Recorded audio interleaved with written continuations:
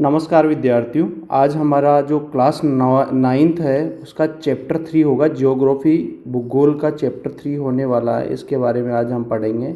इससे पहले के 2 चैप्टर हमने पहले कवर कर लिए हैं। अगर आपने वो नहीं पढ़े हैं तो आप डिस्क्रिप्शन बॉक्स में जाइए, वहाँ पे मैं जो लिंक है वो अवेलेबल करवा दूँगा आपको। देखिए, अफवाह चैप्टर 3 है अपना। देखिए, अफवाह क्या होता है। अफवाह किसी जो नदी तंत्र है उसकी एक क्षेत्र की नदी तंत्र की व्याख्या करता है अफवाह शब्द। अब इसमें देखिए क्या होता है। मान लीजिए जो नदी तंत्र है ना उससे रिलेटेड है अफवाह क्षेत्र। जैसे मान लीजिए कोई भी रिवर हो गई, ठीक है, रिवर नदी, ठीक है ना। अब ये इसकी और भी सहायक नदियाँ हैं। जैसे एक नदी होती है उसकी बहुत सारी सहायक नदियाँ होती है, ठीक है ना। तो ये सहायक नदियाँ हो गई इसकी। तो ये पूरा जो एरिया है ना ये इस नदी का नदी तंत्र होगा या अफवाह तंत्र होगा। इस पूरी नदी का क्या होगा, अफवाह तंत्र होगा ये वाला पूरा। जैसे ये गंगा नदी है तो ये क्या पूरा क्या कहलाएगा, गंगा नदी का अफवाह तंत्र कहलाएगा, ठीक है। अब देखो आप पाएंगे कि विभिन्न दिशाओं से छोटी छोटी धाराएं आकर मिल रही है। कहाँ पे मानचित्र में ये देख रहे हो आप, ये मेन रिवर है और ये बहुत सारी धाराएं आके इसमें क्या हो रही है, मिल रही है, ठीक है। इसमें मिलती है तथा एक मुख्य नदी का निर्माण करती है। अंततः इनका जो निकास है बड़े जलाशय, झील या समुद्र या महासागर में होता है।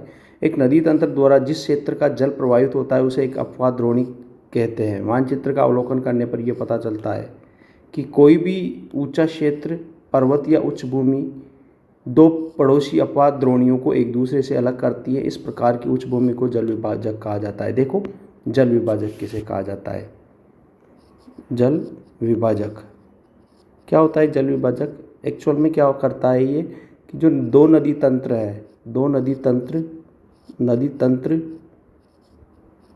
को अलग करता है, ठीक है, अलग करता है। अब इसमें क्या चीज़ें हो सकती है, या तो वो उच्च भूमि हो सकती है, उच्च भूमि हो सकती है, या क्या हो सकता है, पठार हो सकता है, ठीक है। या तो उच्च भूमि हो सकती है। मान लीजिए ये क्या है, पठार है ये पूरा। अब एक नदी तो इधर निकल रही है, ठीक है ना, ये नदियाँ इधर की साइड निकल रही है और एक इधर की साइड भी निकल रही है। मतलब इधर से राइज होने वाली नदियाँ इधर नहीं आ रही है और इधर से राइज होने वाली नदियाँ इधर नहीं जा रही है। तो ये बिल्कुल अलग अलग रिवर सिस्टम हो जाता है। तो ये जो है ना, एक बार मैं आपको इसमें और बता देता हूँ। ये जल विभाजक का काम कर रहा है। ये इधर की नदियाँ इधर फ्लो हो रही है, इधर की नदियाँ इधर बह रही है, इधर की नदियाँ इधर बह रही है। तो ये क्या कर रहा है, जल विभाजक का काम कर रहा है। और जल विभाजक कौन हो सकता है, कोई भी पर्वत या पठार हो सकता है, ठीक है ना। कोई भी पर्वत या उच्च भूमि या पठार हो सकता है। विश्व की सबसे बड़ी जो अफवाह द्रोणी है, जो अफवाह तंत्र है, वो कौन सा है, अमेजन नदी का अफवाह तंत्र है। भारत में सबसे बड़ी कौन सी है, गंगा नदी। गंगा नदी का जो अफवाह तंत्र है वो सबसे बड़ा है, ठीक है। आगे बात समझ में यहाँ तक। अब आगे देखिए। अब देखो भारत में जो अफवाह तंत्र है उसको कितने पार्ट्स में डिवाइड करते हैं अपन। भारत की जो अफवाह तंत्र है उसको बेसिकली अपन जो 2 पार्ट्स में डिवाइड करते हैं। कौन कौन से, भारत का जो अफवाह तंत्र है उसे हम 2 पार्ट्स में डिवाइड करते हैं। एक तो है हिमालय और एक होता है प्रायद्वीपीय नदियाँ, ठीक है। प्रायद्वीपीय नदियाँ और हिमालयन रिवर्स या नदियाँ, ठीक है। ये 2 पार्ट्स में हम डिवाइड करते हैं इन नदियों को। कौन कौन सी हो गई, देखिए, हिमालय की नदियाँ और प्रायद्वीपीय नदियाँ। अब देखो हिमालय की नदियाँ, एक बार मैं आपके मैप बना देता हूँ। मैप की सहायता से आपको और अच्छे से समझ में आ जाएगा, ठीक है। ये हम इंडिया का मैप बना रहे हैं यहाँ पे, ठीक है। और देखिए हिमालय की नदियाँ और किसके बारे में यहाँ पे हम बात करने वाले हैं, प्रायद्वीपीय पठार की नदियाँ। देखो अगर आपने पहले का वीडियो नहीं देखा है तो उसे देखिए। हमने जो भौतिक विभाजन किया था उससे आपको समझ में आ जाएगा कि प्रायद्वीप कौन सा है और हिमालय कौन सा वाला पार्ट है, ठीक है ना। ये वाला जो ये ऊपर वाला हिमालय वाला पार्ट है, ये वाला पूरा, ठीक है ना। यहाँ से जो नदियाँ निकल रही है वो ज़्यादातर कहाँ पे गिरती है, बंगाल की खाड़ी में गिरती है, ठीक है ना। ज़्यादातर जो नदियाँ हैं वो कहाँ गिरती है, बंगाल की खाड़ी में जाती है। और जो मेन हिमालय से जो मेनली जो नदियाँ निकल रही है वो कौन कौन सी है। मेन जो हिमालयन जो नदी तंत्र है उसमें 3 नदियाँ अपन बेसिकली देखते हैं। एक तो आ जाती है आपके सिंधु नदी, सिंधु, इसके अलावा गंगा और ब्रह्मपुत्रा। 3 मेन रिवर सिस्टम देखते हैं अपन, ब्रह्मपुत्र रिवर, ये 3 रिवर सिस्टम देखते हैं। और इधर गोदावरी आ गई, कृष्णा आ गई, कावेरी आ गई, ये सारी नदियाँ अपने को यहाँ पे देखने को मिलती है। ठीक है, और इनकी सहायक नदियाँ भी हमारे को देखने को मिलेगी। तो मेनली 2 सिस्टम देखते हैं हम, एक तो होता है हिमालय से हिमालयन रिवर, और एक होता है प्रायद्वीपीय पठार की नदियाँ। अब देखो इनमें क्या डिफरेंसेज होता है। हिमालयन रिवर्स कौन कौन सी होती हैं, हिमालय की नदियाँ कौन सी है, और प्रायद्वीपीय पठार की जो नदियाँ हैं उनकी क्या विशेषताएँ होती है, प्रायद्वीपीय पठार की जो नदियाँ हैं उनकी क्या विशेषता है। देखो हिमालय की जो नदियाँ हैं ये वर्ष पर्यंत बहती रहती है, वर्ष पर्यंत बहती रहती है। ठीक है, वर्ष पर्यंत या 12 महीने या वर्ष पर्यंत बहती रहती है। जबकि प्रायद्वीपीय पठार की जो नदियाँ हैं वो मानसून के टाइम पे बहती है, मानसून के टाइम के समय फ्लो होती है, बहती है। क्योंकि इनको पानी किससे मिलता है, केवल बारिश के टाइम पे ही पानी मिलता है, मानसून या बारिश के टाइम पे, बारिश के महीने में ही क्या हो रहती है, बहती रहती है। ठीक है, अब इनको क्या होता है कि मानसून के साथ साथ बारिश के साथ, वर्षा ऋतु के साथ, बारिश के साथ साथ ग्लेशियर जो होते हैं, ग्लेशियर से भी इनको क्या मिलता है, ग्लेशियर से भी पानी मिलता है या जल मिलता है। क्योंकि जो ग्लेशियर पिघलते हैं ना, बर्फ़ के जो पर्वत होते हैं हिमालयन रीजन में, बर्फ़ के पहाड़ होते हैं ना, जब ग्लेशियर पिघलता रहता है तो उससे भी इनको जल प्राप्त होता रहता है। तो ये हमेशा 12 महीने बहती है। जबकि जो प्रायद्वीपीय पठार की जो नदियाँ हैं ना, इनको केवल वर्षा ऋतु में ही क्या प्राप्त होता है, जल प्राप्त होता है। जो हिमालय की नदियाँ हैं ये साइज में बड़ी होती है, ठीक है ना, या लंबी होती है। ये अपेक्षाकृत क्या होती है, छोटी होती है। अपेक्षाकृत क्या होती है, छोटी होती है।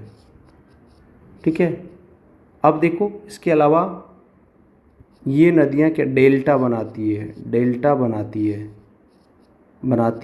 और ये क्या एस्चुरी बनाती है, अपेक्षाकृत बड़ा डेल्टा बनाती है, ये बड़ा डेल्टा। ठीक है ना, बड़ा डेल्टा बनाती है ये अपेक्षाकृत कम डेल्टा या बहुत ही छोटा डेल्टा बनाती है ये। ठीक है, अब इसके अलावा और क्या है, ये बहुत ज़्यादा मात्रा में सिल्ट मिट्टी लेके आती है, कटाव करती है ना, तो ये सिल्ट और मिट्टी लेके आती है।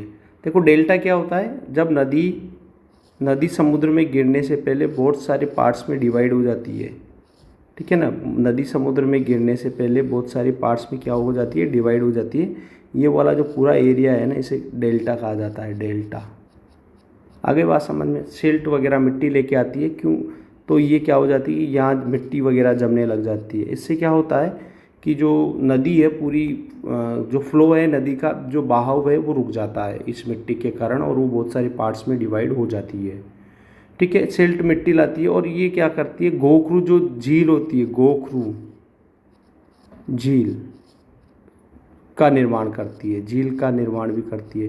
क्योंकि बहुत लंबाई के कारण ये क्या करने लग जाती है, विसर्प बनाती है। तो बहुत सी बार क्या होता है, ये कट जाते हैं, तो ये कहलाते हैं गोखरू झील। ठीक है, आगे बात समझ में, ये मेनली क्या थे, इनके दोनों के बीच अंतर थे। भारत के 2 मुख्य भौगोलिक क्षेत्र से उत्पन्न होने के कारण हिमालय तथा प्रायद्वीपीय नदियाँ एक दूसरे से भिन्न हैं। हिमालय की अधिकतर नदियाँ 12 मासी नदियाँ होती है, 12 महीने क्या होती रहती है, बहती रहती है। क्योंकि इनमें 12 महीने क्या रहता है, पानी रहता है। क्यों रहता है 12 महीने पानी, क्योंकि वर्षा के साथ साथ ये ऊंचे पर्वतों से जो बर्फ़ पिघलता है, हिम जो बर्फ़ पिघलता है, उससे भी क्या लेती है, ये जल प्राप्त करती है, इस कारण। ठीक है, अब जबकि हिमालय की जो मुख्य नदियां हैं ना, उसमें सिंधु, ब्रह्मपुत्र जो रिवर्स है, ये पर्वतीय श्रृंखला के उत्तरी भाग से निकलती है मतलब भारत की जो पर्वत श्रृंखला है ना उसके भी उत्तर से निकलती है। अभी मैं बता देता हूँ आपको कहाँ से निकलती है ये नदियाँ। कि ये भारत है ना, ये भारत, अब ये तो पर्वत श्रृंखला है, ये वाली, वाली तो क्या है, पर्वत श्रृंखलाएँ हैं। ठीक है, और जो ये नदियाँ हैं यहाँ से निकलती है, इस जगह से, यहाँ से निकलती है। ये वाली नदी तो इधर निकलती है, ये ब्रह्मपुत्र नदी इस तरीके से फ्लो होती है। ठीक है, जबकि सिंधु नदी इस तरीके से पाकिस्तान में जाके अरब सागर की खाड़ी में, अरब सागर में मिल जाती है। ठीक है, आगे बात समझ में। इसके बाद देखो, अब इन नदियों ने पर्वतों को काटकर गोर्ज का निर्माण किया है। गोर्ज क्या होता है, देखिए ये वाला जो चीज़ है ना, ये गोर्ज है। पहाड़ों के बीच से जो नदी फ्लो हो रही है, पहाड़ को काट के जो नदी फ्लो होती है ना, ये घाटी टाइप में बन जाती है ये पूरा, इसे कहा जाता है गोर्ज। ठीक है, अब इसके बाद हिमालय की नदियाँ अपने उत्पत्ति के स्थान से लेकर समुद्र तक के लंबे रास्ते को तय करती है। ये अपने मार्ग के ऊपरी भागों में तीव्र अपर्दन मतलब क्या होता है, कटाव। क्या करती है, कटाव करती है। क्या करती है, कटाव मतलब मिट्टी कंकड़ पत्थर को लेके अपने साथ चल जाती है, तो कटाव करती है ये ऊपरी भाग में। ठीक है, करती है तथा अपने साथ भारी मात्रा में सिल्ट एवं बालू का संवहन करती है। और ये अपने साथ क्या, सिल्ट और जो बालू रेत वगैरह होती है ना, सिल्ट मिट्टी वगैरह कंकड़ पत्थर है, वो अपने साथ लेके जाती है। मध्य एवं निचले भागों में ये नदियाँ विसर्प, गोकरू झील तथा अपने बाढ़ वाले मैदानों में बहुत सी अन्य निक्षेपण आकृतियों का निर्माण करती है। देखिए अभी इधर बताता हूँ, ये नदी क्या हो रही है, यहाँ से राइज हो रही है, यहाँ से इस नदी का क्या हो रहा है, उद्गम हो रहा है। इस जगह से ये नदी का उद्गम हो रहा है, यहाँ से ये नदी बह रही है यहाँ पर, तो ये बहुत तेज से क्या करेगी, कटाव करेगी।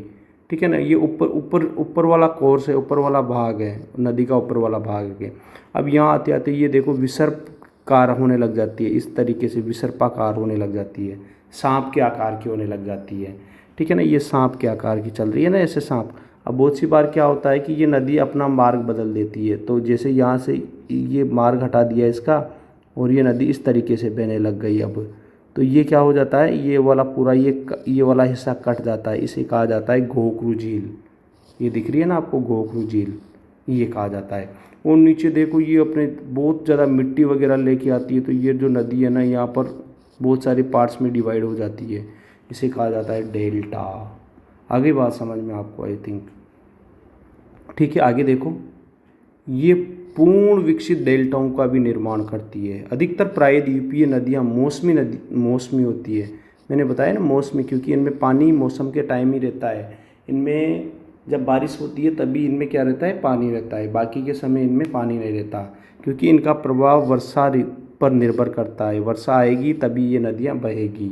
शुष्क मौसम में बड़ी नदियों का जल भी घटकर छोटी छोटी धाराओं में बहने लगता है। बड़ी जो नदियाँ होती है ना, वो भी बहुत धीरे धीरे फ्लो होती है। हिमालय की नदियों की तुलना में प्रायद्वीपीय नदियाँ की लंबाई कम तथा छिछली होती है। हिमालय की जो नदियाँ हैं ना, वो बड़ी होती है, जबकि प्रायद्वीपीय पठार की नदियाँ क्या होती है, छोटी होती है। फिर भी इनमें कुछ केंद्रीय उच्च भूमि से निकलने तथा पश्चिम की तरफ बहती है। क्या आप इस प्रकार की दो नदियों को पहचान सकते हो? पश्चिम की ओर बहने वाली जो दो नदियां हैं उनके बारे में मैं अभी आपको बता रहा हूँ। प्रायद्वीपीय भारत की अधिकतर नदियां पश्चिमी घाट से निकलती है तथा बंगाल की खाड़ी में गिरती है। एक बार मैं आपको बता देता हूँ, ये क्या हो गई अपना, ये भारत है, क्या है अभी अपना भारत है, ये देख लो। अब इसमें ये वाला जो एरिया है ना, ये पूरा ये वाला जो एरिया है, इसे कहा जाता है पश्चिमी घाट। क्या कहा जाता है, ये वाला पूरा एरिया है ना, इसे कहा जाता है पश्चिमी घाट।